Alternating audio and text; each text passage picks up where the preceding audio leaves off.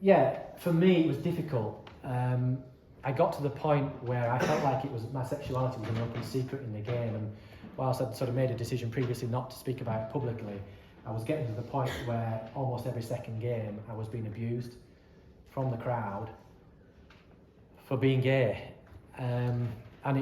The words that were pointed at me and weren't being pointed at my colleagues, and actually I decided that I would take a stand. And so then at the beginning of 2021 season, I decided to speak publicly for the first time. So the BBC has a podcast, the LGBT Sport Podcast, and I've listened to that. I'm a big fan of podcasts, and for me, growing up as a teenager and coming to terms with sexuality as I was growing up, there was nobody in professional sport that, as far as I could see, that was gay. And now it's fantastic to see that there are so many role models.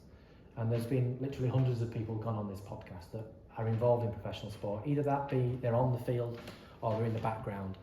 And so for me, I guess as I grew older and I grew more comfortable with my sexuality, I grew more confident and was able to speak about it. And my parents were quite worried at the time about me doing it.